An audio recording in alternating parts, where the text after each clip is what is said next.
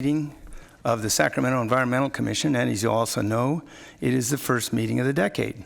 So I expect to see you all here in the next meeting of the next decade. Jill, can you call the roll call, please? Mark Berry. Here. Richard Hunn. Here. Diane Kinderman. Here. Paulina Kolick. Tom Mulson. Here. Laura Nickerson. Here. Eric Rivera Montez. Here. Josh Rosa. Mark White. Here. We have a quorum. Thank you. We generally go, for these meetings, we ask each of the commissioners to give about a 30-second spiel on where they're from, what they do, and what their background is if it's important to their role here. Can we start down here? Hey there, Paulina Kolick, representing the County of Sacramento. I work for the California Department of Resources Recycling and Recovery on their Greenhouse Gas Reduction Fund Grants and Loans Program, so background in waste management.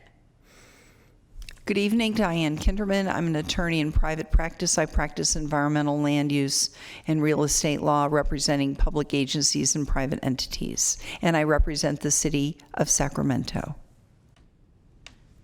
Good evening. My name is Laura Nickerson, and I'm a registered nurse, and I also, in my spare time, rehabilitate orphaned and injured wildlife. Marie Wooden, Director for Sacramento County Environmental Management Department, staff to the commissioners. Eric Rivera Montez. I'm a representative for the city of Elk Grove. Work in the Sacramento Municipal Utility District in the Environmental Services Department, focusing primarily on climate change and greenhouse gas reporting. I'm Richard Hunn. I was appointed by the County of Sacramento, and I'm a consulting environmental planner. My name is Mark Berry. I represent the city of Sacramento, and I work for the California Department of Transportation as a transportation planner, and I run a Federal Transit Administration federal grant program. Tom Mulson. I represent the cities of Folsom, Ileton, and Galt. And I'm Mark White. I represent the County of Sacramento. We had a consulting business working in the garbage industry for several years. So tonight, do we have anybody here to make public comment? We have a time for that now. If we don't, you're all invited to the meetings that we have out at the Environmental Management District every month, and then every quarter we have the meeting right here. So if not tonight, maybe another night in the future. We have a really interesting, timely set of topics tonight with wildfire cleanup activities and the impact on the environment of those kinds of things.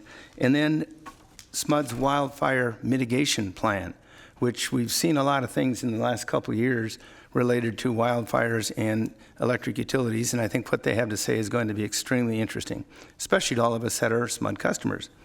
And then the Environmental Management Department has a fee schedule that they want to talk to us about tonight. So with that, can we have Steve Cantlemy tell us about the Office of Emergency Services and how they relate to fires and other emergency issues? It looks like Steve was delayed, so we can move on to SMUD's Okay, can we move on then to presentation. SMUD's plan? If we can have our SMUD speakers or speaker.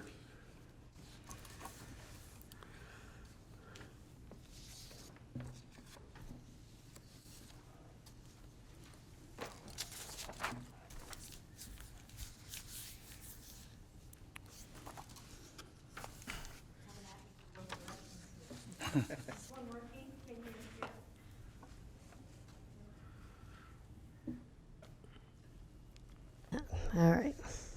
So first, thank you for having us, and we're happy to share what we're doing with our wildfire mitigation planning. I'm Joy Mastache. I'm a senior attorney with SMUD, but I worked with the entire team to put together our wildfire mitigation plan. So also here with me is Laura Angway, who is our Director of Distribution Operations Maintenance Planning, and she's a real subject matter expert here. We also have Tony Wong, who's our Enterprise Risk Manager, and Art Starkovich, who's with our Regional and Local Government Affairs group. And so thought I'd get through a presentation, giving some of the basics and background, and then open it up more for a Q&A so we can really get to what you're interested in. Now, let's see if I'm technically savvy enough to find the right button. Hey, fourth try. Okay, so a quick agenda for us. We're going to first provide some background regarding the statutory requirements for preparing and presenting a wildfire mitigation plan, and then we'll describe the process that SMUD went through to put the plan together. This plan is specifically designed to address SMUD's wildfire risk, so we will look at SMUD's risk profile. And then we'll detail some of the key wildfire mitigation plan elements. After that, we understand that you have questions regarding SMUD's protocols for de-energization, so we'll provide some additional detail on that element as well. So y'all know a little bit about SMUD, I think. We're the 6th largest publicly owned utility and the 2nd largest in California. We serve Sacramento County and a small portion of Placer County and maintain facilities in El Dorado and Solano counties as well. We serve over 600,000 customers in our 900 square mile service territory and have over 450 transmission line miles, 10,000 distribution line miles, and 250 substations to serve those customers. The Wildfire Mitigation Plan incorporates measures designed to address the risk posed in areas SMUD has its overhead electric facilities, and these risks are really a function of weather patterns, particularly wind and air moisture, but also terrain with the topography and accessibility, fuel makeup, and also population centers, a function of urban versus rural areas.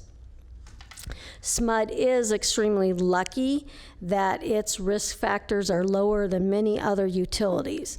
But at the same time, we do recognize that we nevertheless face some significant concerns. And our risk assessment, as we went through our process, relied on the High Fire Threat District map adopted by the California Public Utilities Commission. This map specifically focuses on risks related to electric utility facilities. And it's important to note that SMUD's electric service area is fully outside the High Fire Threat District, but within our service territory, we also looked at CAL FIRE's maps that are based on all ignition risks, not just on the utility facility risks. And so the Wildfire Mitigation Plan also recognizes that these FRAP, or Fire Resource and Assessment Program maps, do show some small areas of higher fire hazard in the eastern portion of our service area. And you can see that area in yellow on the eastern portion, which is designated as a state responsibility area. And in very small defined portions of that area, there are some higher fuel content, such as eucalyptus grove and other things like that led to that designation.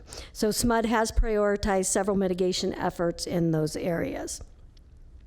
However, our highest area of risk is in our El Dorado Upper American River Hydroelectric Project area.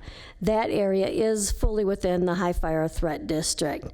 And although it includes only about 3 of our 10,000 miles of distribution line, and those lines are designed to serve SMUD facilities, not retail customers, the Wildfire Mitigation Plan does take care to describe specific measures to address the particular risks in those areas as well. So what are the Wildfire Mitigation Plan requirements? Utilities have for a long time had the obligation to maintain and operate their electric systems in a manner to minimize the risk of wildfire posed by those facilities. But new legislation that was enacted following the disastrous 2017 and 18 fire seasons added specific requirements for preparing these wildfire mitigation plans. The statute lists over 14 elements that have to be included in the plans. And we've organized those elements into 4 separate areas: objectives and responsibilities, prevention and mitigation measures, and those include such things as how we operate our reclosers, protocols for de-energization, inspection and maintenance programs, and of course, vegetation management programs.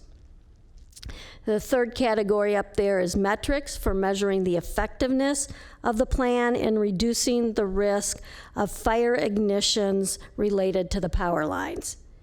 And the fourth category is an important one for notification and communication processes.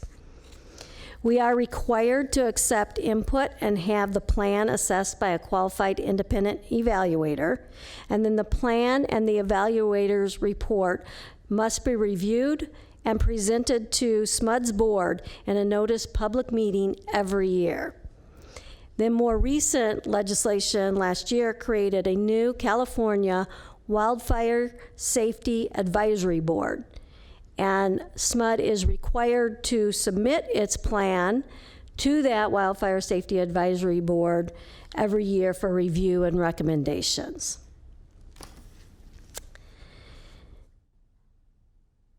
SMUD took a risk-based approach to this process, and we pulled together an organization-wide group of subject matter experts, and we employed, as noted, what we call an enterprise risk approach. So the first step was to identify the key risk drivers and key risk impacts related to wildfire ignitions. The second step was to then identify our existing activities for addressing those risks. Once we did that, we could identify the gaps between our existing programs and those identified risks. And then we surveyed to identify industry standards, best practices, and other activities employed by utilities to address these risk factors. We didn't limit our assessment to the statutory requirements, but we took an approach that looked at what would be the effective measures for reducing the risks we had identified based on our risk profile. As to public outreach, and gathering the public input, we recognize the importance of involving our customers and communities in the effort. So we took a pretty extensive approach to public outreach. We launched a new webpage. If you haven't seen it, smud.org/wildfire safety, all one word, and we'll give you that site at the end of the presentation. And on that site, we not only provide different resources for our customers, but when it first launched, we soon after posted a draft of our proposed wildfire mitigation plan. And we invited the public to review our draft, which public review comment we formally held open for, I think it was over 45 days. And during that process, we identified a comprehensive list of over 450 stakeholders whom we provided multiple notices and information regarding the plan process and the posting of the public comment draft. We sent over 75 letters to representatives of vulnerable populations, and we used social media. We posted on our Facebook page, we tweeted, we sent information in our electronic newsletter. We even published a notice in the Sacramento Bee as well as the Mountain Democrat that serves El Dorado. So we really wanted to get people who were interested to be aware of the process and the availability of the the draft. We met with the local fire safe councils. We met with the Sacramento County Healthcare Coalition. We hosted meetings at SMUD, inviting over 180 local agencies, emergency responders, and service providers. And we responded, we ultimately got several comments and responded to those in putting together a final draft that was then presented to our independent evaluator. That evaluator was retained through an open public procurement process, and we selected Navigant Consulting. They judged the comprehensiveness of our plan. They looked at the comments and SMUD's responses to those comments, and they made a comparison of our plan to industry best practices and the metrics used for measuring plan effectiveness.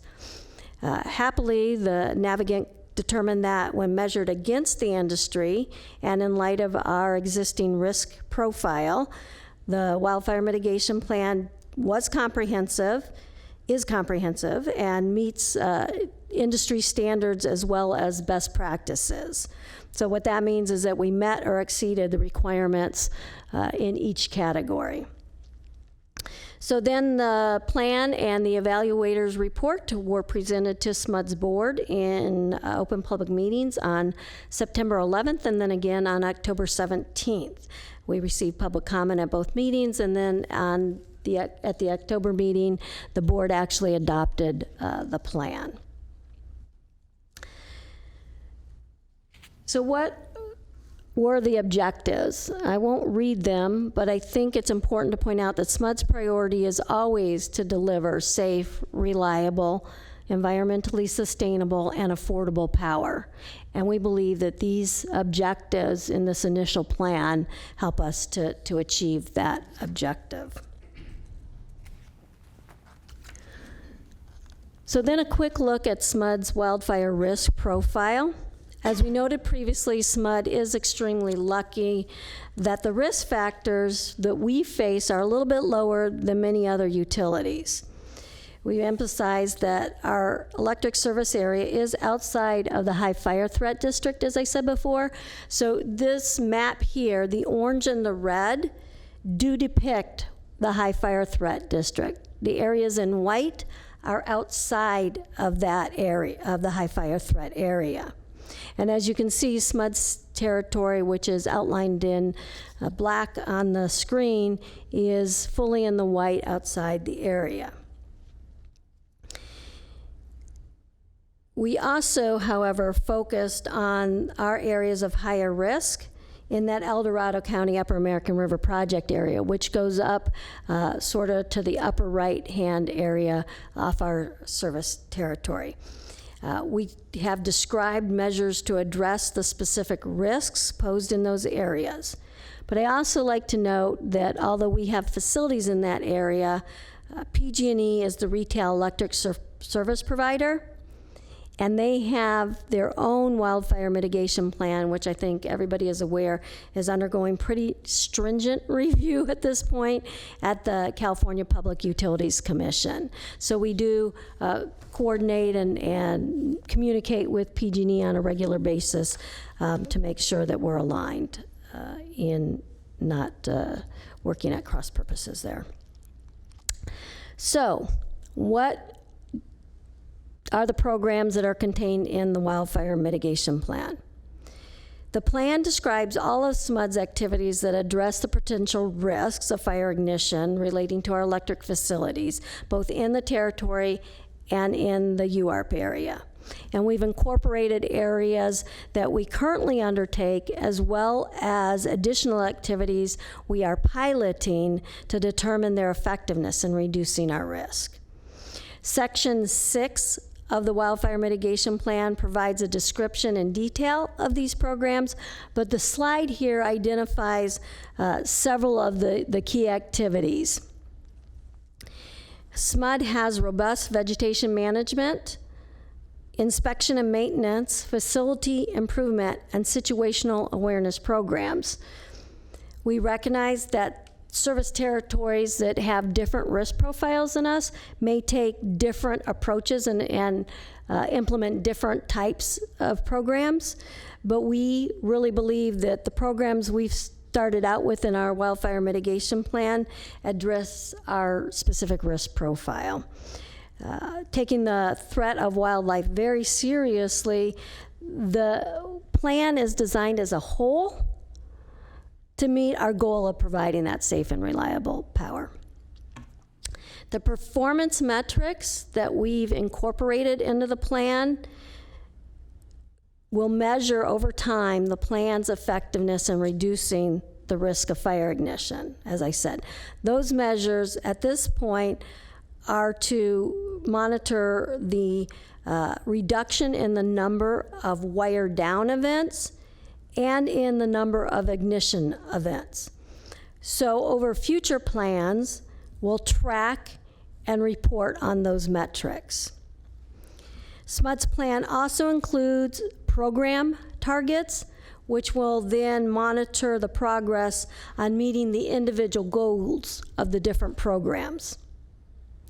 The whole program is under the purview of SMUD's Chief Grid Strategy and Operations, who is responsible for executing the plan and tracking the metrics.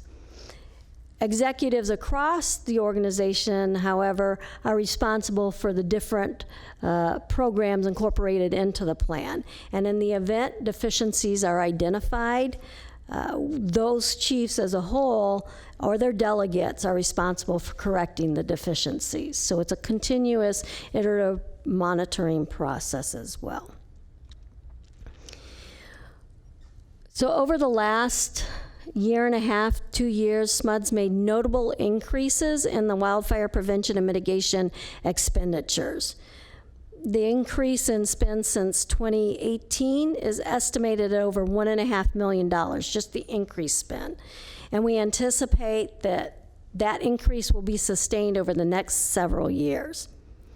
And these expenditures are supporting our additional activities that we've adopted in the last year or so to supplement our longer-term programs. Vegetation management, of course, has been a significant focus. We've implemented new industry standards, but we've also worked closely with our landowners to increase some of the clearances and clearance widths, particularly in the UARP area and in that eastern service area portion. I would note that what we're looking at trying to do is expand those clearances beyond the minimums required by regulation and otherwise. We've also initiated several hardware improvement projects, starting in the highest fire severity zones, and in addition to installing some of the non-sparking equipment noted on the prior slide, where appropriate, we've also undertaken some studies to look at potential options for replacing some of our bare wire in the UARP, as well as in some of our higher risk area within the service territory. This slide points out some of the additional measures we're taking to increase our situational awareness. That's the weather stations and some data analysis tools. And importantly, we're undertaking several pilot projects to assess and adopt new technologies that assist SMUD in identifying and responding to ignition risks. Those are listed on the slide and occur both in the vegetation management area as well as the line inspection and maintenance area. So, the question of the day, right? What are we doing in regard to de-energization and what are our protocols? Again, I keep going back to what our risk profile is, but because of how we're situated, it will be very rare that conditions would occur in our service area that would require SMUD to implement a de-energization protocol. However, we know this is a potential, that the potential of doing so is a significant concern and could be of great impact to our communities. So not only does the statute require it, but we think that it's important to have strong protocols in this area. So we've adopted our protocols to shut off power as a last resort if it's necessary to protect the safety of our communities. And the Wildfire Mitigation Plan will identify several factors that our system operators will consider in order to implement these protocols. No one single factor is determinative, and the answer in any case will not necessarily be the same answer in another case. It's very situational. But some of the factors include the weather forecast, whether or not a red flag warning has been declared, what the fuel makeups are in the area where the forecasts are indicating conditions would be right for a wildfire. What is the moisture in the fuels, in the ground, in the air. And most, one critical aspect also is the real-time conditions observed by our crews, by our line patrols in the field at the time. So having said all that, and the fact that we are ready, we do have protocols to look to, the potential for turning power off to our electric customers is remote. And again, that's due to being outside the high fire threat district, but it's also because severe wind conditions that we've been hearing about so much occur in our district for the most part during the rainy season, during the winter, not during the hot, dry summer months. Even in our UARP area, it's not likely that conditions would require de-energization of SMUD customers. It is, however, a remote possibility that fire threat conditions in the UARP could constrain our ability to get power down into our service area to serve our customers, in which case we may have to, at an outside, go to rotating outages. We have contingencies in place, such as our load management work, to avoid that. And if rotating outages ever did become necessary, SMUD has established procedures that would limit the outages to a small area at a time and for a small period of approximately 1 hour at a time. And notices of those outages would be provided as early as possible, and the outage information, including, who's going to be out next, what that outage map looks like, so to speak, is always available on SMUD's website. So, the Wildfire Mitigation Plan describes how we would communicate as well before and during the wildfire event. And we communicate with first responders, with local agencies, service providers, as well as our customers through multiple channels, including media, social media, telephone, public alert systems, and of course, back to the website. We have long-standing relationships with our emergency response entities and local agencies, and we participate in the state emergency management system following the SIMS communication protocols. In addition, we are working as a continuum to build relationships with other utilities, with the communication companies, and with other service providers. Finally, it's important to recognize and point out that we work with our med-rate customers and we provide information to them to help them plan for their safety during an emergency event. We've also are launching a new wildfire safety campaign to raise awareness of our efforts and provide resources so that our customers would be ready in the event that we did have a de-energization or a wildfire event. So I promised you the website as well as a dedicated email address that we have for our wildfire mitigation program. And I'd just like to close with pointing out that the plan is a living document. SMUD is continuously assessing and improving its prevention and mitigation approaches, and we're not limited to what's in the plan now. If something makes sense to do it, then we will do it, and we will update our plan accordingly. So with that broad background, I'd open it up to any of your questions. And like I said, I introduced Laura, who is our real subject matter expert here, to help answer any questions you might have. Thank you for your presentation. I'm sure we might have some questions. Richard? Yeah, Joy. Did SMUD have to de-energize any of its UARP facilities in 2019 during some of the major wind events that took place? We did, in October, de-energize the UARP facilities. The distribution lines running through the UARP were de-energized due to high winds. And, okay, that's basically what I wanted to understand, was whether you actually had to make that decision during these past We did, and events. luckily the loads were low during that time, so we didn't actually need to do the rotating outages. If we impact our import capabilities, bringing power to the Sacramento area may become a problem, and if that's the case, then we would then need to do rotating outages. But because it was in October, it wasn't hot outside, there were winds, we just hadn't had rains yet, we had to de-energize the UARP facilities, but then it did not result in rotating outages. Okay, thanks. Anybody else?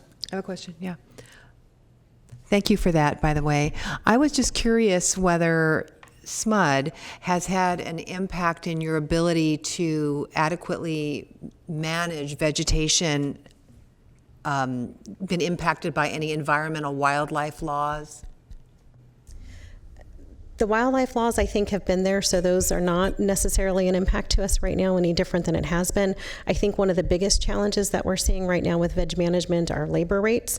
And so right now with the IOUs, there's been a huge draw for labor, and there's actually just been a bill that was passed, I believe, Right. that requires a certain labor dollar amount now. And so we contract out a lot of our veg management work, and so that's a huge impact to us. Which about the raising of minimum wage? Yeah, it's the raising of their labor rates, yeah. And so that's going to be a huge impact on That's your this. biggest impact? Yes. I yeah. see. All right, thank you. I would just add that we've also had some impact from permitting requirements. You know, we have good relationships with with the landowners, but one of the big landowners, of course, is the federal government, and so that permitting can sometimes take a little bit longer and be a little bit more challenging. So we've worked through those aspects, and a lot of it is just as more and more awareness of the wildfire danger is out there, particularly in that UARP area. I think people are much more willing to look at Work with you, yeah. how to get this done. Derek? Thank you. Thank you again for the presentation. I thought it was a lot of really good information there. I'm kind of curious, what happens, how do you manage all the biomass waste? Is there a program in place to handle that, or where does it end up? Say that again, the what waste? Sorry, I was thinking the biomass waste from all the vegetation management. What's the process for? We actually, we chip all of the wood and we bring that back. We have a storage spot outside of our campus, and it's actually open up for the public to come and pick up as sawdust. So that it does get picked up and people put it in their yard. So I've got a few if nobody else has questions. Go ahead. Thanks for the presentation. Couple quick questions. What I've seen living in the valley is grass fires. Now, I haven't read the entire document, but I'm assuming that that's covered because you get up in the foothills, and I remember we had a serious fire at Aerojet and burnt almost the whole place down, 13,800 acres swept through. So I'm assuming that grass fires is part of this plan. we do have protocols with the fire departments that when grass fires do occur, that we do de-energize our equipment as per their request. So if they're calling in and making it safe for their workers out there to fight a grass fire, we will de-energize if they're requesting us to. Yeah, but that actually resides in our procedures today. Oh, yeah. Yeah. Okay, I imagine it would be. Just checking. The other question I have is, I know that SMUD's got a number of solar fields. So I mentioned the Aerojet property that burnt. There's a big solar field right in the middle of that. I'm assuming you have policies, procedures, or a plan to address the maintenance and, you know, the integrity of that in grass fires and stuff to prevent the damage to your solar fields, because that's a big asset. To our own assets, yes. Yeah, if we have any damage to our assets, we go out and replace them. Yeah. So that would be in this plan, or would be in your policies? No, that's part of our normal operating procedures. Yeah. Okay. Yeah, this plan really focused specifically on wildfires and not necessarily the day-to-day grass fires. Wildfire would take them out. Yes. So one of the programs listed under the situational awareness was the camera pilot. Can you speak to that, what that is? So that's up in the Upper American River project. So we're piloting fire cameras that detect heat. And in addition to that, we also do, as part of our regular maintenance programs, we fly the UARP regularly, looking at our lines, and we do use LiDAR, and we also use other instruments to be able to detect those hot spots as well. That's awesome. Thank you. I had a couple questions. When you guys de-energize, I guess that's not the right word, but you know what I mean. You have agreements with other utilities to fill the void caused by shutting those lines down, is that correct? If we de-energize the Upper American River project, if we were exporting those to another area, if someone had purchased, it would actually go through the Cal ISO, and so they would we would basically not be able to fill our fulfillments with our requirements with Cal ISO. But it happened in reverse to us. So when those other fires did take place, we did have where we needed to depend on our own electricity and not necessarily be able to import, and we were able to do that during this last year over some of the fires. So I guess what I was sort of getting at is, if you had a situation where you had to bring a lot of your lines down and you couldn't fulfill the needs of your own customers, do you have other utilities that you have agreements with that you can backfill? Yes, absolutely. So if we have limits to what we can actually generate ourselves, we do participate in the energy market through Cal ISO, and so we are able to procure power out what's on the market as well. And Cal ISO is a statewide Yes. electricity. Sorry. Others may not know, so just. And we also have the ability, if we can't bring, we have transmission capability into our system from different directions as well. So, depends on how widespread the problem would be as to how constrained we are. I think that's. So basically, what I hear you guys saying is that under most circumstances, if you had to de-energize some, those of us up here are all covered. You've taken care of your customers. For the most part, there could be a situation where if you have wildfires going on elsewhere throughout the California, it could impact our ability to get power from elsewhere as well. Sure. So. You also mentioned that when you de-energize, you generally do it for an hour or so. So we shouldn't be looking for any 3 or 4 or 7 or 8 or 10 day. That would be if we're short of power, short of energy, then we would do the rotating outages throughout the service territory. Yeah, and it would be an hour at a time, so that way we're not leaving one person off the entire time. Not days at a time. Yeah, if we did have an area of concern, so the plans that Joy talked about our de-energization procedures within our distribution system, so the system serving our customers here locally. If we did have high winds, high fire threat day, and the conditions were just right in the field or just wrong in the field, then we may have to de-energize an area, and that would be longer than the hour, depending on how long those conditions existed. Did the work that went into your plan look also at past maintenance budgets to see if they needed to be augmented to cover some of these risks that we better understand now? Yeah, absolutely. Our maintenance budgets have increased based on the plan. You mentioned a number which is buried in these notes somewhere. Yeah, the $1.5 million, that's the additional spend on What percentage to is that wildfire. of your maintenance budget? I don't know. Sorry, I should know the total budget off the top of my head, but I don't. But that's not the entire increase in our budgets either for the wildfire plan. That was specific to veg management, but we do have additional projects that we're pursuing as well. I understand that, but I was just thinking how big vegetation management is to the overall SMUD world. But you don't know that. So I do know that, so the increase to this last budget year for wildfire is equal to a 1% rate increase, and I believe this last year was a 3.75% rate increase. Thank you. That really puts it in terms we can understand. One other, maybe a couple other quick ones. When you're looking at your program and developing your program, you were looking at other risk approaches taken by others. Were you looking at other states, maybe even other countries, as well as what we do here in California? Yeah, we did focus a lot on other publicly as well as the investor-owned utility programs here in California, and particularly what the CPUC was doing in setting requirements and reviewing those requirements for the investor-owned utilities. But we also made sure that we were aware of what was going on in Australia and what was going on in other states. We work closely with the entire western region of the country as well, and I would tell you that everyone in this western region is looking at these wildfire issues. I imagine they are. They should be.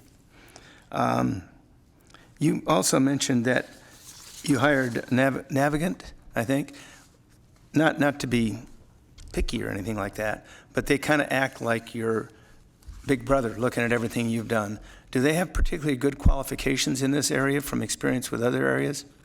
Yes, they do. They have folks on their team that have not only written other utilities wildfire mitigation plans, but have also participated in those CPUC proceedings that I've mentioned. So we did a full open request for information, which is essentially seeking people's credentials and experience to do this. And we got a dozen different responses back, and in reviewing all those responses by actually a team of folks, the consensus was that Navigant Consulting had the broadest array of experience and expertise in the area. Wonderful, because they're the ones kind of looking out for us with you. Right, exactly. So you mentioned something about ignition events. What do your line folks do when you have an ignition event up there? They actually carry fire hydrants or fire extinguishers, within their vehicles. So if there is an ignition while they're working on something, they will actually fight that fire and put it out. But if there is an ignition where we're not around, normally it's called into the fire department or elsewhere. And our safety and health folks would want me to also add to Laura's comment that they will extinguish the fires if it is safe to do so. Otherwise, they will make sure that they notify the proper authorities and stand by to assist with, whatever safety measures that those authorities need. Thank you. So one last question. Do you guys have patrols on your lines during high fire risk periods, human eye patrols? We do, yes. Well, you guys are great. SMUD's great. Thank you very much. Do we have any other questions? Thank you. I appreciate it very much, and thank you for your hard work. Well, and thank you again for having us. Okay, now we have a presentation by Steve Cameli, the Sac County Office of Environmental Services, talking about this same issue from another perspective, I believe. Welcome. Thank you again. My name is Steve Cameli. I'm the chief of Sacramento County OES. I think Marie is in charge of that EMD thing. But I'm here just to really talk about our office. I don't know if you can hear me on this thing. I'm here to talk about our office and our capabilities, and then kind of turn it towards wildland fires, because I think that's what your interest is in. We have a relatively small office. It's only 8 full-time employees, and we have during any given time, we might have 1 to 3 contractors working for us, writing plans or working on a special project. We're located over off of the McClellan Air Park. We have what I consider a state-of-the-art EOC there, Emergency Operations Center.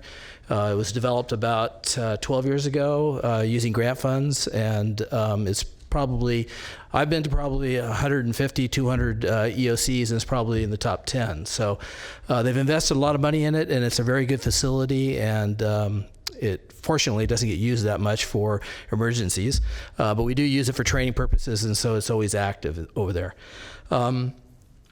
There's other things that our office does besides managing emergencies. We also have the responsibility to manage some of the Homeland Security grants. We essentially work through a process to distribute the funding that comes down through FEMA, through OES, and then through our office. So we ensure there's a process to allow that money to flow to not only the county but other jurisdictions within the county, reclamation districts, cities, fire departments, local law enforcement, etc. Public health gets a lot of that too. Then the other thing we do is we have a responsibility for the Medical Reserve Corps. So we have a coordinator that works in my office that manages that. The Reserve Corps, the volunteers, she ensures that they're trained.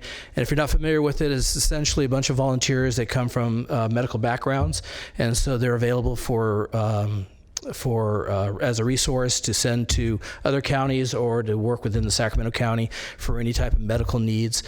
We use them for things as benign as maybe stationing at the air show, Capitol Air Show, or EPI's races, those type of things. But they have deployed. We use them to deploy into other counties as well. So when they have disasters, we had them up at the Camp Fire. We had them in the Sonoma County. So they do go around and respond to different jurisdictions, but they come through our office, so that request for that mutual aid does come through us. When it comes to wildland fires, Sacramento County is primarily considered a low to medium risk county. We do have some pockets of high risk, primarily along the American River Parkway and down south part of the district, southeastern part of the district, where you get closer to Rancho Murrieta, Slough House. Those are higher risk areas. It's primarily in the south part of the county, primarily light flashy fuel, so the fires usually travel fast and they're usually wind driven. And the issue for response in that area is primarily structure protection. So Sacramento County typically gets some fairly large wildland fires for a county in kind of the flatland areas. The largest one we've had, to my recollection, was a 10,000 acre grass fire that started over by Boys Ranch and went to the east and traveled all the way up to the city of Latrobe, or the town of Latrobe. That was the largest one that I know of. There may have been some that were bigger back in the 50s that predates me, but that was the largest one that I'm aware of. We've had other ones that are about 200 acres, 400 acres, that type of thing, but primarily those are, again, in that light flashy fuel area, and the fire departments do a great job in responding to those and getting resources on those incidents. So we don't lose too many houses. There is a challenge out there because the fire department doesn't have a lot of resources in that part of the county because it just doesn't have the population. So the initial start of a fire down in the southeastern part of the county can have a little bit of a delay. Fortunately, Metro Fire has a helicopter, so they can get there along with the dozer, so they can get there pretty quickly. And the policy of the fire department is to typically call for a strike team. So rather than having a single engine or 2 engines or 3 engines respond to a grass fire in those areas, they will really respond with 5. And then, so the incident commander, usually en route, will call for a single strike team, additional resource, or 2 strike teams, 3 strike teams. And as you get closer to the Wilton area, Dillard Road is the kind of the demarcation between the local response area and the state response area. So if you're getting anywhere close to that state response area, you're going to get state resources there too. And they come down from up in the hills pretty quick. They get there typically within a half an hour. They have a lot of resources on scene. So the response in that part of the area, the initial response is a little slow, but once the call comes in and within the first 20 minutes, you start to get a lot of resources in there. So that's the kind of the challenge for the fire department that works out in the south part of the county. The other area is the Alberta, Rio Linda area. It does have a little bit of a higher risk. The biggest issue for that is there's a lot more homes, and they have a lot of fencing between the homes. So each of those fences delays the response for the first responders. So oftentimes they will get really close to the head of that fire, and then here's a fence, and they got to stop and cut the fence and get through that fence before they can move forward. So it's a little bit of a challenge out there, but again, they get resources to that area pretty fast, much faster than they would into the Rancho Murieta area. Our office really, when it comes to wildland fires, we primarily support those first responders. So the fire department and law enforcement, they have their own mutual aid systems, so they don't go through my office. But we do support them if they have an evacuation need or a sheltering need or animal control or something like that. That's where we come into play. We work closely with Red Cross and the animal care people. So we're able to take those requests for that mutual aid and send that out to our local counties and cities, and typically we can get resources there pretty quick. For mutual aid outside of the Sacramento County, we do play a bigger role. A lot of those mutual aid requests come through our office. We track them, and we try to fill them. So Sacramento has had a history of being able to respond to the needs of other counties. In the Camp Fire, we had close to 100 people at that fire. So we had, and that's not including fire and law. So you're talking about EMD people, you're talking about animal control people, public health people, emergency responders, emergency managers like us. I had 2 people up there helping with their emergency operations centers. So we do have a long history of providing service to the other counties. It's not only obviously a great asset to the other counties, but it also helps us with getting experience in running those type of incidents so that we can bring that back here to Sacramento County. Other than that, I think you probably already know kind of what we do. Mutual aid is always a challenge for us because it comes in different ways. We work very closely with Cal OES and FEMA, especially in the recovery process. We help the local cities, and we also help the local county departments with their damage assessments and the recovery part and the reimbursement part. We try to help them with making sure that their submissions to FEMA and to Cal OES are accurate and are more likely to be reimbursed. Reimbursement is huge because we, as you know, we need to put a lot of resources out there in the field, and we have that incident that requires that. Without that reimbursement, local government couldn't really do that. So and that includes the fire departments and law enforcement. They would not be able to provide the service that they do without that reimbursement. So the state covers about 75% of that, and FEMA will fill about 18% of it, and the rest is on local government. I think that's about it. So do you have any questions? Yes, do we have any questions? Okay, I got 1 or 2. Okay. You said something about one of the danger areas for fire being the American River. I think you said the American River Parkway. Right. We live near there. Mostly it seems like the trees and most of the vegetation is right on the Parkway, with the exception, of course, is people's trees in their home. Is that what you're referring to, the actual trees along the Parkway? Yeah, it has, there's a lot more dense fuel loads in the Parkway, and access and egress is always a challenge for the parkways. But most importantly is that if you have a wind-driven fire, that wind will also start spot fires. And there's some parts of the communities in there, especially Fair Oaks, that has a lot of older homes. They're on the bluffs, and they also have a lot of wood construction. Some of them still have shake roofs. So the threat for that area, you could also have, we liken it to a Berkeley Hills fire in that it is similar. It wouldn't be as big because Fair Oaks is not as big. But if you got a fire in there, the access and egress is really not very good in the Fair Oaks area, and the water supply is not that great. So you have a lot of what they call wharf hydrants, which is that small little barrel that comes up. That only produces about 150 GPM. And you have a typical structure fire. Most of the time, a single engine will have 3 to 4 150 GPM hose lines off of that. So obviously, one wharf hydrant will only supply one hose line. So it's a challenge. You have to lay long lines in, supply lines in from other hydrants. Hopefully you can find what they call a steamer hydrant, which is the bigger one, and provide that water supply that would be needed on that. And a lot of those homes are pretty close together too, so you have the issue of exposures on either side or all four sides potentially. Interesting. That I never thought of any of those factors. You mentioned the fire that was down by Latrobe. Yes. I was here then. A lot of dead cows laying around. It was not good. I'm glad you guys are on the job. Yeah, I was actually in the fire service at that time, so I actually was on that fire. I was the second one in, and it was one of the fastest moving fires I'd seen. I was in a low depression area and went up to the top of the ridge, and it started where I was, and by the time I got to the top of the ridge, I couldn't even see where it was. And fortunately, I knew the area, and I knew that there was no homes that were really threatened right away. It's sparsely populated, and we were able to get engines on those farm homes that were out there to prevent.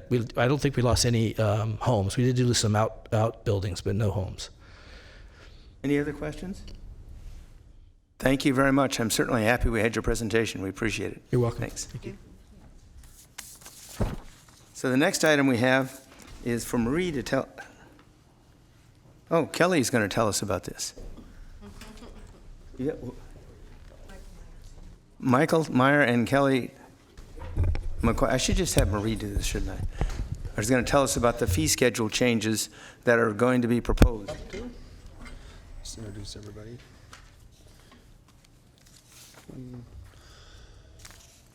So good evening, Chair, Commissioners, staff. My name is Michael Meyer. I'm the Environmental Compliance Division Chief for Environmental Management Department. And this is Kelly McCoy. She's the Environmental Health Division Chief, also for Environmental Management. Today we're going to talk about the proposed 5-year fee schedule. Essentially, we did this fee study, and we're going to talk about the department a little bit, and then the fee schedule, and hopefully in the end, you guys will see that it's a purposeful study, and that we're hoping to get a letter of support out of the commission. So environmental management, a little bit about environmental management department. We're a special fund department. We're 100% fee supported, meaning we don't receive any county general fund, no tax revenue. Everything that we do is supported by a fee through a permit. This statistic always amazes me. We did 29,462 countywide inspections, and we only have 124 full-time equivalent staff that consist essentially of registered environmental health specialists and support staff to do all of those inspections. And we have about 34 environmental programs. We'll walk through those here in a minute. So our fee study is essentially, we looked at all of the fees that were inside of our programs. It was a comprehensive analysis that was done by a third-party consultant, Wolford Consulting. He essentially looked at all of our fees and did a time study it's basically to ensure that programs aren't being subsidized by other programs, and that we're charging the appropriate amounts for the time we're putting into each of the programs. We looked at the salaries and benefits, the services and supplies, supporting department services, all the other things that sort of go into our expenses, and essentially you came up with our fee that we should be charging for each specific programs. Of course, these things looked at minimum professional standards, service levels, and regulatory requirements. So environmental compliance, I'm the division chief for environmental compliance. We have a lot of different programs, and I'm not going to go through every single one of these, but just as a snapshot, we do hazardous materials business plans, hazardous waste storage generation, wells, medical waste, cross-connect, toxic site cleanup, recycle water. I mean, it's really amazing how many different programs and inspections that we do. We also do have a 24-hour incident response team. With that, I'll turn it over to Kelly. Is this one on? It is. Good evening, Commissioners. I'm Kelly McCoy, Division Chief for Environmental Health. Thank you for having us tonight. So a little bit about our division. Of course, our biggest program is our food safety program, our food protection program. We also have food trucks, food safety education, recreational health, which is all the public swimming pools and spas in the county. We do plan review, noise, detention facilities. We do the inspections at the main jail, Boys Ranch, and our CCC. We investigate elevated blood lead levels in children or in their homes to determine where the lead is coming from. We have a waste tire program, making sure that people just aren't dumping their waste tires. We protect the creeks and rivers through our stormwater program. We inspect body art facilities to make sure all those tattoos out there are safe. And then we do smoking control, which means you can't smoke in an indoor workplace. So we send out letters and information if we get a complaint on that. A little bit about our food protection program. So we, of course, do the permitting and inspection of all the retail food facilities. We have close to about 6,500 what we call kind of food outlets where we issue food permits. We provide food safety education and training. We do that for free for people who want it, and then we also mandate it for people who need it. So, and then we're also the group that goes out and investigates all foodborne illnesses or any kind of complaint. You know, if you got hair in your food, or somebody didn't wash their hands, or if somebody has been diagnosed with botulism, we do the whole spectrum. So, some of the food facilities that we do inspect, we do everything from restaurants, 7-Elevens, grocery stores, cafeterias, bars, hospitals, festivals. We have a lot of festivals in Sacramento County. We make sure that food is safe at those festivals. We have 275 food trucks that are driving around serving food that we do 2 inspections a year on. Cottage food, so if you want to make food at home, we do those inspections. Certified farmers markets, caterers, swap meets. Like I said, we have close to 6,500 permits that we issue to retail food establishments just in our county alone, but we have all the cities as well. We have jurisdiction in all the cities. We do over 17,000 what we call routine food inspections, where we would issue a green, yellow, or red placard. That's not counting all the complaints that we do and all of the about 1,700 re-inspections that we conduct just on food places alone. So a little bit about what the fees are currently and what they're going to be come July 1 if approved by the board. So right now we have a retail market less than 6,000 square feet. The current fee is $619. It actually is going to be lowered to $519. So one of the great things that comes out of the fee study is that some fees we have determined that will need to be increased, some will be staying the same, and some will be decreased. And this is a category that we determined that we felt like that fee needed to be reduced. A restaurant with bar is currently paying $1,665 and is going up to $1,770, so it's going up about $105. So most of our, what you consider a traditional restaurant kind of downtown, that restaurant category is currently paying $12.92. It's going up $20 to $13.12. So, you know, most of our people that we regulate, their permit fee is going up about $20. The restaurant with bar is obviously a little bit more, but those are like your Cheesecake Factories, those are your bigger facilities. The food preparation permit is like your less food preparation, like your Starbucks, Togo's, Baskin-Robbins. They're actually staying the same, $1,014. And then Our stormwater, so we do stormwater inspections at all of our restaurants. It's currently the fee is $83. It's now going up to $91. We do have one food program fee that we're phasing in over 3 years. That's the fee for our food trucks. That is currently at $670. Starting in July, we're proposing $732. And then in 2021, $794, and then 2022, $856. And so it's going up about $60 a year. We have determined that some of the food trucks are really challenging to locate because they're mobile. They're not like a restaurant where you can just go knock on their back door. So we, and of course they don't want us to, some of them don't want us to find them. So we have determined that we're spending more time on food trucks, on those 275 food trucks driving around. So we are increasing that fee. Just for a cost comparison for our restaurant permit category, so in YOLO, the fee is $789. Currently in Sacramento, it's $1292. We're proposing it to go to $1312.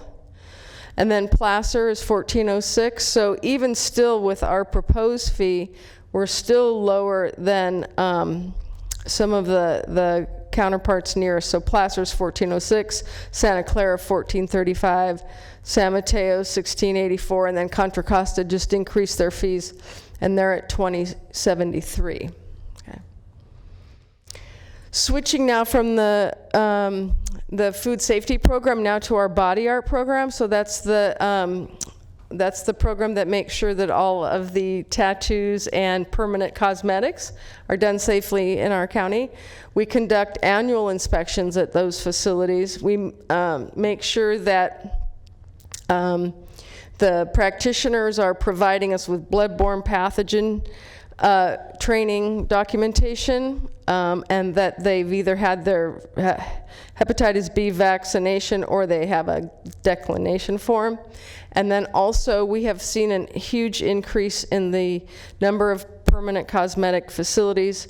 So we do plan review on all of those facilities, and so we've seen an increase in that as well. So during the inspection, we were just checking for sanitation, making sure they have hand washing, access to restrooms, that they're following through with their infection prevention and control plan, and getting rid of their med waste properly, and making sure that their customers being protected against bloodborne illnesses. So we have 177. We have conducted 177 facility inspections in 1 year. Once again, we do those once a year, so that's about how many tattoo shops we have and piercing shops. 2 re-inspections, very compliant group. 39 plan review inspections, which means those are new facilities coming in, and I mentioned most of those are permanent cosmetic, kind of the microblading craze. And then there are 549 body artists in Sacramento. So you could have 4 or 5 artists operating out of one shop. So we register 549 of those in our county. A little bit about the fees for them. So body art registration is currently $181. It's staying $181 in July. Body art facility permit, so that's actually the tattoo facility, is going from $366 to $410. Temporary body art practitioner, so we have people coming in for different conventions, or we may have a guest body artist coming from everywhere, Hawaii, Japan, different places like that, and so they have to get a temporary registration with us, and currently we were charging $181, and we're reducing that to $77. Mechanical ear piercing, so that's all your Claire's and stuff in the mall, going from $45 to $68. So how we compare: Sacramento County, we're currently $366, San Mateo's $387, Santa Clara $400. So we're about in the middle with our new proposed fee at $410. Okay. And then I'm going to turn it back over to Michael to do his Coupa program. The Certified Unified Program Agency, Sacramento County is a CUPA. It's essentially, it's certified by the California EPA. For the CUPA, essentially it's the hazardous waste, hazardous material inspections. It consists of the Hazardous Material Business Plan Program, the Hazardous Waste Management Program, tiered permitting, underground storage tanks, above ground petroleum storage, and the CalARP, the Accidental Release Program. So the one thing that I failed to point out about the fee study is that, and sort of what happened with the fee study is, environmental compliance hadn't raised its fees in 10 and sometimes even like 13 years. And so in environmental health, they raised their fees about 5 years ago. And so what we had found is we had to raise our fees significantly more. And what we are trying to do when the fees have to be raised more is to phase them over multiple years. And so when you see multiple years being phased in, it's because the fee has to be raised much more to have full cost recovery. When you see it just being raised in 1 year or 3 years, it's less of an impact. So as you see, is the hazardous materials disclosure fee is essentially going up in 1 year from $552 to $580. The hazardous material disclosure fee, waste only, it's a new fee. It's essentially an inspection that has been completed previously, but it was being included in another inspection. But we're now going to charge for that, and we're going to phase that in over 5 years. How do we compare? I think there's another slide here that shows us. There it is, fancy slide. The statewide hazardous materials business plan fee comparison, a little bit different graph than Kelly's graph on this one. Essentially 552 to 580 is where we're going. The other CUPAs, there's other CUPAs in the state of California. Again, we're kind of right in the middle, just like as Kelly said. We did compare ourselves to other CUPAs and said, okay, we are, for this next year, right in the middle of the other CUPAs. There's a lot of fees that I'm not going to go through each and every one individually, but just if there is one that somebody's interested in, then we'll show them to you here. But essentially, this is the underground storage tank fees, 1 through 4 tanks. Again, it's going up over 3 years.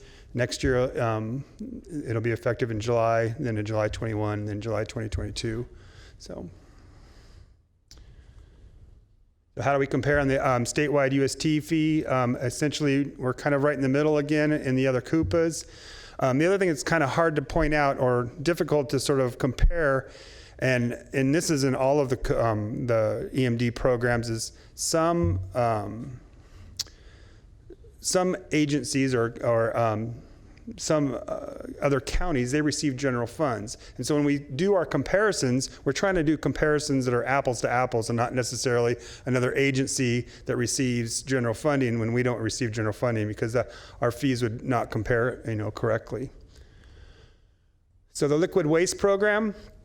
Liquid waste programs is essentially your septic tanks, your on-site wastewater treatment systems. When there's no connection to public sewer, people are required to have a septic system to dispose and treat their effluent or wastewater.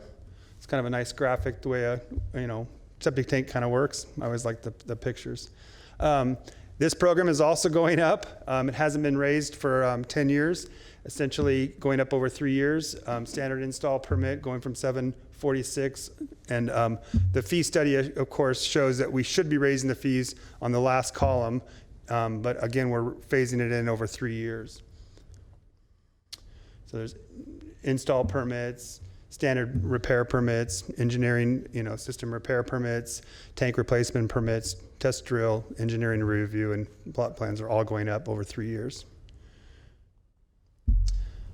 And again, multiple fees. I just wanted to show everyone the fees that are going up, but again, I shouldn't be going through every single one of these. But your operating permits, your destruction permits, your temporary holding tank permits, your fixed holding tank permits, and your pumper tank truck registration, which right now we have a lot of those going through our facility, because right now is when the pumper tank trucks are being registered.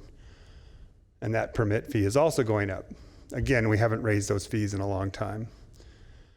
So we also have a medical waste program. essentially is administered on behalf of the California Department of Public Health, CDPH, under the Medical Waste Management Act, to ensure that medical waste is properly stored and handled and properly disposed of. This fee is going up slightly. Of course, you see that it's only going up over 1 year, so the fees are being raised just slightly. Hospital beds, hospitals with different size facilities have different fees associated with them. Large quantity generators, on-site treatment, skilled nursing, all going up. Just the skilled nursing 199 beds is a new fee. We broke that fee down. I think there's one facility that qualifies for that category, but I think we felt like that they were being pushed into one category or the other, and that new fee would kind of be a little more fair. Again, a lot of new fees. Small quantity generator, this is a new fee that's going into place. Common storage, specialty clinics, primary care, clinical labs, surgical clinics, all going up in just 1 year. Mortuaries, psychiatric hospitals, veterinarians, dialysis clinics, temporary events, all going up over just 1 year. Our land use program, again, we have a lot of different programs within environmental compliance. We review proposed land use entitlements for subdivision maps, parcel maps, conditional use permits, large-scale design review, and accessory dwellings. Overall, all the planning fees and the fees associated with these programs, EMD is just 6% of those planning fees. We're kind of a small piece of the pie for the rest of the departments, including planning. And these fees are going up significantly, as you can see, when they're going over 5 years. So subdivision tentative map, vesting map, time extensions, vesting map extensions, parcel maps, boundary line adjustment, all of these fees are going up over the next 5 years. Boundary line adjustment, parcel map extension, meeting prep, temporary mobile home, use permits, again, all going up over 5 years. So rezone variances, environmental impact review, environmental impact statement reviews, general plan amendments, community plan amendment and rezone, again, going up over 5 years. Business development plan review, building plans, code electronic holds, those are hourly costs. Essentially, those aren't going up. That's $213. That's our current rate. But we are going to start charging for that. But again, those fees are going up over 5 years. Our well program. So Environmental Management Department manages the well program for Sacramento County. Essentially, we inspect well construction, well modification, well repair, inactivation, deconstruction. These fees are going up over the next 3 years, like cathodic protection, a well pump installation, a valve box repair, the well supply well destruction, monitoring well construction, all going up over 3 years. Monitor well destruction, each additional well, there's a fee for that as well. Soil borings, pump installation, well repair, renewal, abandonment well inactivation permit, and abandoned well inactivation, all going up over 3 years. Stormwater program. This is the program that we have good news. And this is Kelly. I get to talk about the good news. So as I mentioned earlier, Environmental Health does a stormwater program. So we provide regulatory oversight in the management of commercial and industrial stormwater discharges, including making sure that there's no discharge of pollutants to the storm drain system that obviously leads then to creeks and rivers. We check for illicit connections, and then we do triennial inspections, which are once every 3 years. So facilities inspected for stormwater compliance, auto repair, auto body, auto sales, gas stations, restaurants, nurseries, kennels, equipment rental businesses, and then facilities that have the state's general industrial stormwater permit. So we have just over 5,000 stormwater permits. As I mentioned earlier, we do those inspections once every 3 years. That's required. So we do about 1,900 routine stormwater inspections with 25 re-inspections in this program. So the good news is that the current fees for auto body shops, $166 going down to $150, auto repair, $166 going down to $150. Restaurants are the one fee that is going up from $83 to $91. Retail gas outlets going down to $65, and then general permit going down to $215. So that concludes our presentation. We're both here for questions, and then of course you can contact us later for any questions or refer people to our website. All of this information is on our website, our PowerPoints. Thank you. Anybody have, Rich?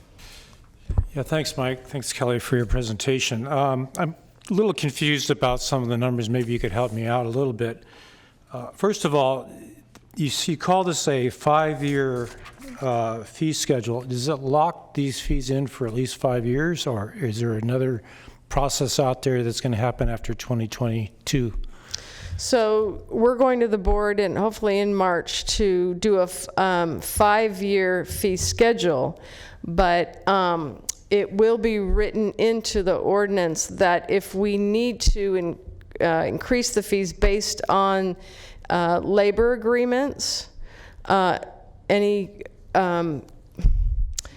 CPI tied to the labor contracts, we could, Marie, the director, could increase the fees every year. So if it's not a appropriate. real 5-year schedule. It's something that could be amended at any time. Correct. Okay. This is the basis of the fee schedule, and essentially the study showed that we needed to raise our fees to these amounts today, and it's hard to sort of predict the future on sort of what we need to raise the fees in the future. Okay. Well, my next question is, you say the department's 100% fee supported. Correct. And so have you guys been operating at a deficit for the past 13 years or what? I don't know about 13 years, but we have in the past few years have been operating at a deficit and relying on reserves from enforcement revenue. And so what we had found is that we can't survive on that, and we need to raise our fees. I understand that. Okay. So the fees will cover what? Is it basically just your operating expenses? Cost to operate. Salaries, overhead? Salaries and overhead. Facilities, rent, pensions? So pensions are wrapped up in salaries, and so people pay a certain amount into their SCRS account, Sacramento County Employee Retirement System. That's in their salary, and so essentially that's part of our salary component of our expenses. Because I guess the reason I'm asking, in many of the cases, you're asking for over a 200% increase for fees. Correct. In some of those cases, we haven't raised the fees in about 12, 13 years. So I mean, so either the county's been losing a lot of money, or there's some additional cost that's being added into this fee structure. Correct. And so essentially those fees that have been raised in a lot of years have either been subsidized by other programs slightly, or more than likely they've been subsidized by revenue from our enforcement. That makes sense? Sort of. Then you're not 100% fee based. In a sense, when you have an enforcement, that helps other programs survive in a sense. And so essentially, it's, yeah. I can make a comment, maybe clarify your question.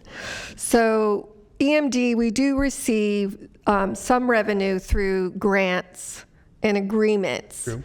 But this fee study, in the ordinance, it does state that we must do a fee study every 5 years. It's mandated in our ordinance.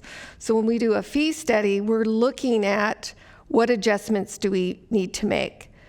EMD in the past has received statewide funding through enforcement cases, which created a reserve for this department. but that money has not been coming in as it did in the past years. So yes, and there was the downturn in the economy in 2008, I believe, to about 2012, where we did not raise fees at all. So, and then since then, on some of these programs, they were not raised. So yes, that is an issue, but this fee study, so what we are doing is we still have reserves. So it's kind of like a, I don't know, seesaw, where we're still eating into our reserves or using our reserves, but we're actually raising fees in some of these programs where, you know, you see a larger increase. So we're, to minimize that impact, we're phasing it in. So we're able to phase it in, like in, let's say in 5 years for some of these small water programs. So it's not such a big impact. But yes, when they do the fee study, the consultant is looking at everything, you know, the allocated costs, everything is put into the fee study. It's all wrapped up in our hourly rate, so to speak. I hope that clarifies a little bit. You do, but I guess, does this new fee structure reestablish the reserve funds that you have depleted? It will over time. Yes, meaning we will not be dipping into our reserves as much, and then over time we'll be totally balanced. Does that make sense? Yes, so you are banking money at this point using this new fee structure? No, we're not banking any money at all. We are actually still going into our reserves. It's going to take time to be getting it totally balanced, and some of the programs will take time, like 5 years. Okay. Our goal is to not collect any more than we need to collect, and it's sort of evident, like in the stormwater program and some of our other programs where we're keeping. I just showed you some of the programs that were increasing fees. Some of them are just remaining stagnant, and some of them are going down. Our goal isn't to collect more than we need. It's just to collect enough to do the job that we're being paid to do. So. And I'm very, very familiar with fee studies. Yeah. And one of the reasons you do them is you have a legal nexus to raise the rates, or you're going to get sued by somebody. That's facts of life. Correct. That's what happens. So if anyone questions Exactly. the fee, we have the data to show the fee study that is justified, why that fee is justified. Okay, I'm losing my train of thought here.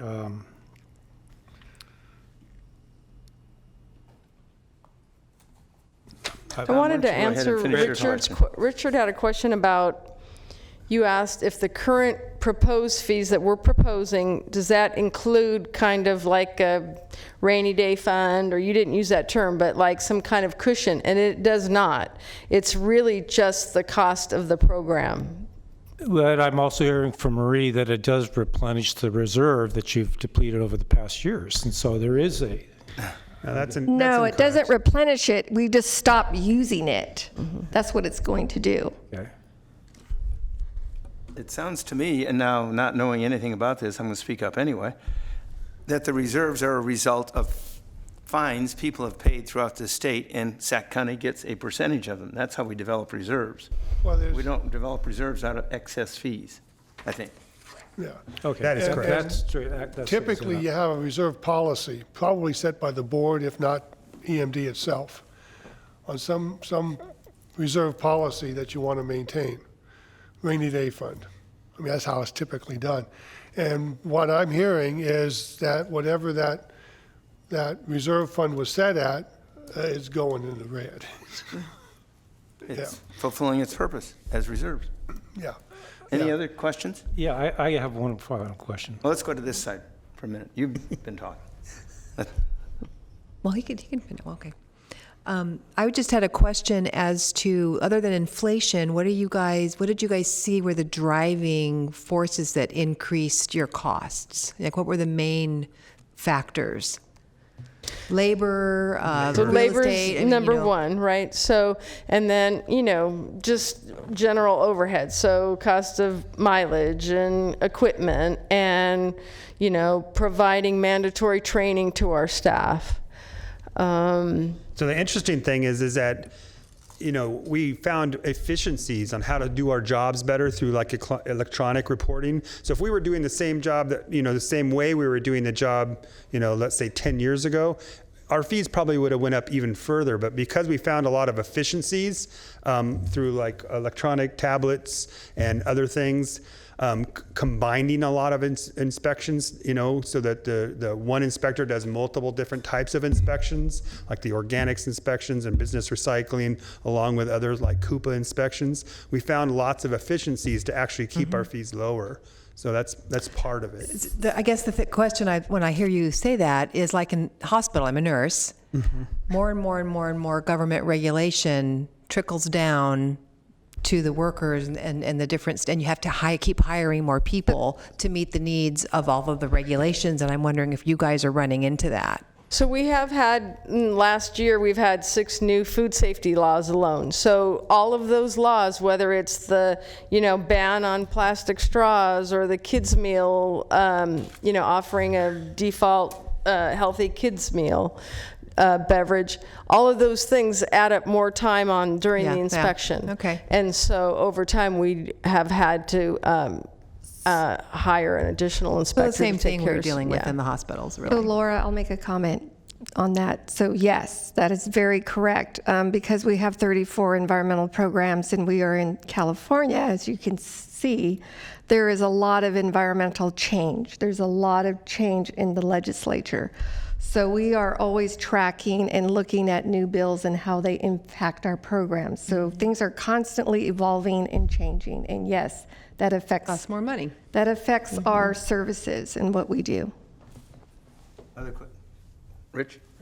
No, I think Laura asked the question that what I was going to ask was maybe in the next time a fee schedule is proposed or brought forward to this commission, we get to see what is being actually paid for. How is it being distributed among the various overhead, facilities, rent, and labor costs? We can actually get you the fee study if you'd like to see it. I mean, we can get you that information. That's all I'm asking for next time. I think you're asking more for the budget, but yeah, I have a number of questions. I understand the fee study issue, the reason for it, the reserve. None of these fees are get anywhere close to being a Prop 218 issue, right? No. Good, because that would limit your CPI, which would be written into the ordinance. Yeah. So okay, that's good. Then the regulatory compliance was kind of, I was going to ask, but I think we all know that that's one of the reasons that these fees go up. It's the new regulatory compliance. There's always something new every year. And public review period. When are we in the public review period now for the board to adopt this, or is it coming up? So I don't know if there is truly a true public review period. We're going to go to the board on March 24th, and then go for adoption on April 7th. Well, that would be a review period. And that's our review period, essentially. Yeah. Well, whenever it's originally noticed for the board in March, we'll start the review. Okay. Yeah. Okay. I understand what you're saying. We've been doing outreach to all the people, to our regulated community since December. So we've. And I noticed on your Coupa land use, the costs are just for county costs for that. Because I know the cities do most of their own for general plan review and all that stuff. Oh, our proportional share of that. That would be just for the really Sacramento small. County. That is our Sacramento County cost for that. Okay, Correct. so Sacramento City would have their own, as far as land use goes, they would have their own fees for all I believe that. so, I know yes. we do. Yeah, I believe so. I believe that's how we got that number. We looked at all the fees that were associated with, and that we can, look at for the county, and said, okay, well, we're a small portion of that. Yeah. So we're trying to, paint ourselves in the bright light, because we're really small in comparison. Yeah, but I just didn't want to, I know almost all of these fees concern everybody in the county. I mean, a restaurant in Sacramento is going to get the same fee as a restaurant in the county. But when it comes to land use, that's a little bit separate. So I wanted to clarify that. that that's Richard? just for the county. Understood. Done? Is that okay? Tom? No, let me see.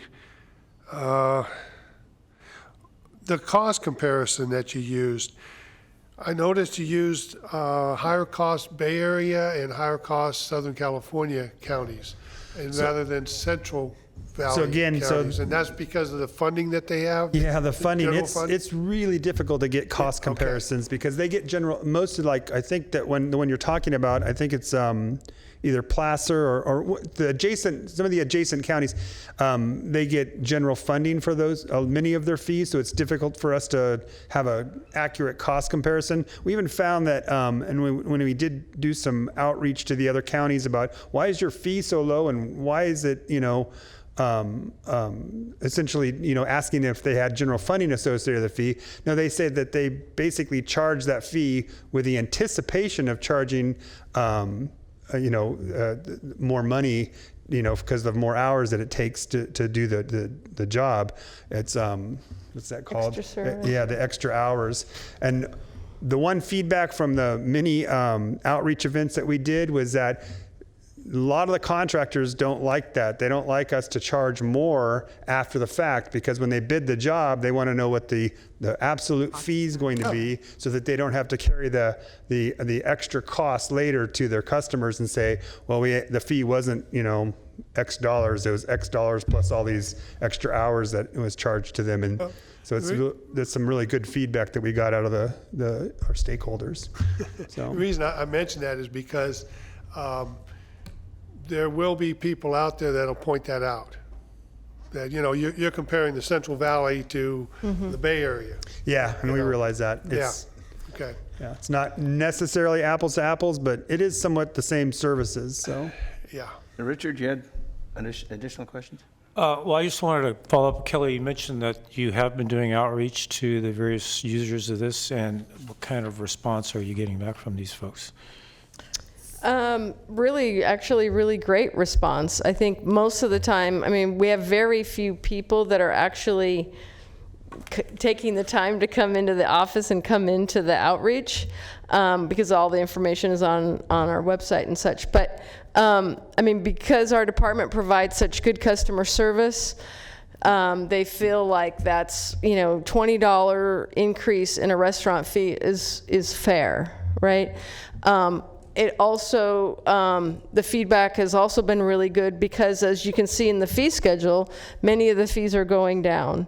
And so the integrity of the fee study and our fee schedule, to where we want to make sure that, a restaurant wasn't subsidizing, a food truck, so to speak. So the feedback has been very positive. And we've been getting surveys and different stuff, and we're keeping track of all that.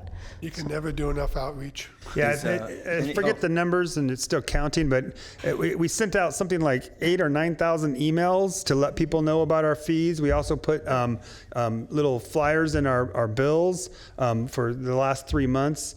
We've done internal outreach, which we've advertised for folks to come into the office and at all different types of hours for all the different programs.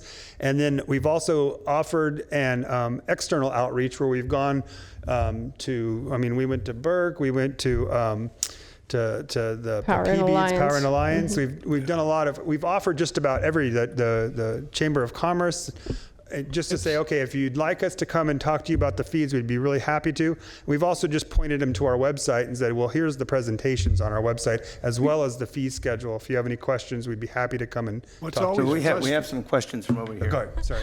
I have a really quick high-level question. So I'm looking at the fees that you guys provided to us. Do you have an estimate of the percentage of fees that are remaining the same, going up, and then going down? Just don't have that percentage. We don't off the have hand. that off top of our head. We do have that. We have that information, but if Yeah. you would like it, we can give it to you. Okay, yeah, I was just curious to know, and then maybe what percentage of your customers are going to see an increase versus a decrease? Just to give a better picture of how who's impacted and how many. I have a comment and a couple of questions also. My comment is that I just did a calculation using the federal government CPI changes. And if you go back 10 years, and you escalate $1,000, it's $1,185. So 18.5% increase in costs in 10 years, and you guys are doing a couple percent. Yeah, and I did the same calculation. That's exactly what I said. I said if we were to have just raised our fees by 2 to 3%, it's something like 24 to 33 or something like that. I'm an engineer, so I love the math part of it. So I was like, yeah, essentially, if we would have raised our fees just systematically, a little bit at a time, we would have, likely reached to a higher number. Likely. So. And I think I attribute that to us finding more efficiencies along the way, and that we didn't have to raise our fees as much as if we would have just 2 to 3 every single year. Well, yeah, my other comment is that another way to do a fee study like this is to look at what it cost you 10 years ago or 13 years ago, and look at what it costs you now and raise everybody by that same percentage. But you did it the hard way. Yeah, we did it the hard way. One of your we clients. Did time estimates for every single program. And it's admirable that our county is taking that approach for our businesses, so everybody kind of gets hit fairly. Correct. My real question is, you mentioned that technology has assisted in keeping fees in check. Are you guys continuing to look at new technologies and how they're cost effective? For the equipment and how they can save some time? The program that we're using now is a little bit outdated, and we're actually in this next coming year, we're going to be looking to essentially update those programs, because there is new programs that do a lot better job. So yes, we are kind of excited about that as well. So it's finding new technology to help us do our jobs even better. Any other questions? I have one last question. So you have gotten no negative pushback by any businesses or entities? No formal. I mean, the response that I've gotten is, oh, it's only going up $20? Okay. Oh, okay. Well, I think that's good to know. We went out to the Ag Commission, and we had a gentleman essentially said he wishes he could raise his fees by, however many percentage points and stuff. So he was a little disgruntled about it. But so there's no lobby screaming in the halls about this, as far as you know. No fee study. Yeah, tell them to do a fee study. Absolutely. In your introduction, you mentioned something potentially about a letter from the commission. What sort of thing were you looking for? Yes, we're looking for a letter of support from the Sacramento Environmental Commission. Well, yeah, support for the whole fee change in general? Yeah, for the support for the new fee schedule, yes. 5 years ago, when Environmental Health brought our fee schedule to your commission, we did receive a letter of support from the commission, so we're just asking for that again this year. What are the feelings of the commissioners? Well, typically, I've seen it done where we as a commission recommend approval to the board as a motion, rather than write a letter or whatever. It would be a motion from the Environmental Commission recommending approval. The last few years, we've actually written a letter. But so do we have any? I'd like to call for a vote. Do we want to write a letter? Motion from somebody?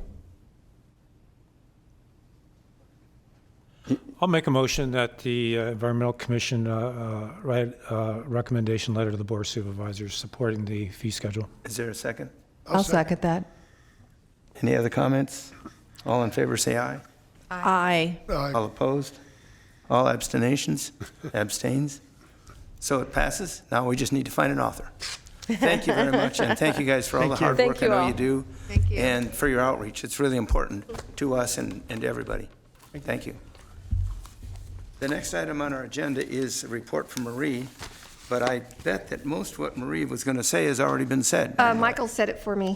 So I was going to talk about our outreach in more detail, but they pretty much covered it. So I don't need to say any more unless you have more questions about the outreach. I'll give you a hint on outreach, because I'm very familiar with it.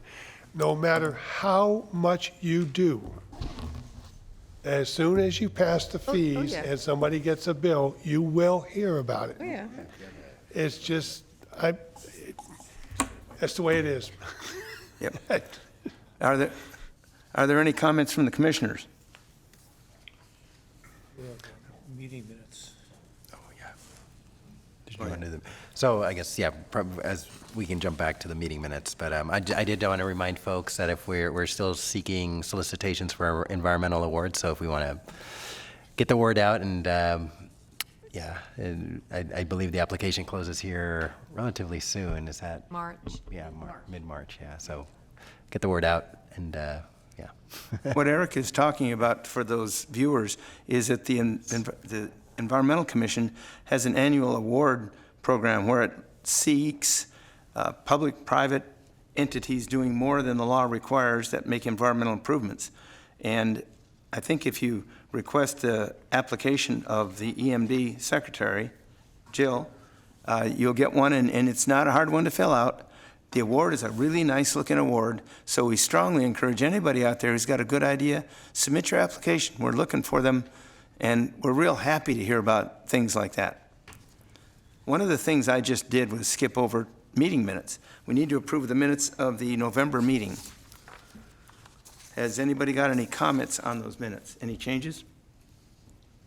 Make a motion to approve. Any second? Please? I wasn't here. I'll second. Thank you. Moved and seconded that the minutes of the November meeting be approved. Any comments? All in favor, say aye. Wait. Aye. All opposed? Any abstains? I have to abstain. I wasn't present. Any other comments? Thank you all very much for watching. We appreciate it. Our next meeting is at the EMD office on 10590 Armstrong Avenue in Mather. It's at 6 p.m. Hey, Mark. I have one quick thing. Last meeting at the, I think, November meeting, we brought up a comment from the River Cats about participating in their Environmental Awareness Day. And so I just want to follow up and say that I spoke with Evan Groden, who sent the email, and he wanted to gauge our interest in having a booth at that event. What day is it? It is. Yeah, we're having a little trouble hearing you down here. It is Thursday, May 21st. That is Thursday. I couldn't hear what you're saying. She wants to. Go ahead. Sorry. So I spoke with Evan from the River Cats, and he wants to gauge our interest in having a booth at their River Cats game on Thursday, May 21st. Do we have a booth? Have we ever done that? Is there a fee?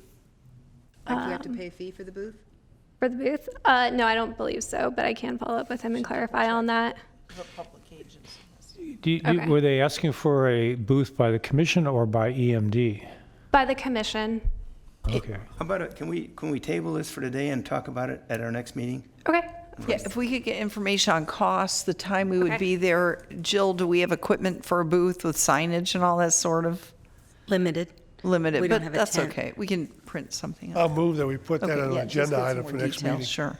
Yeah. Like what How's that? hours would they want us there? Okay. How many people? There being no additional Usually at a business, booth, this meeting too. is adjourned.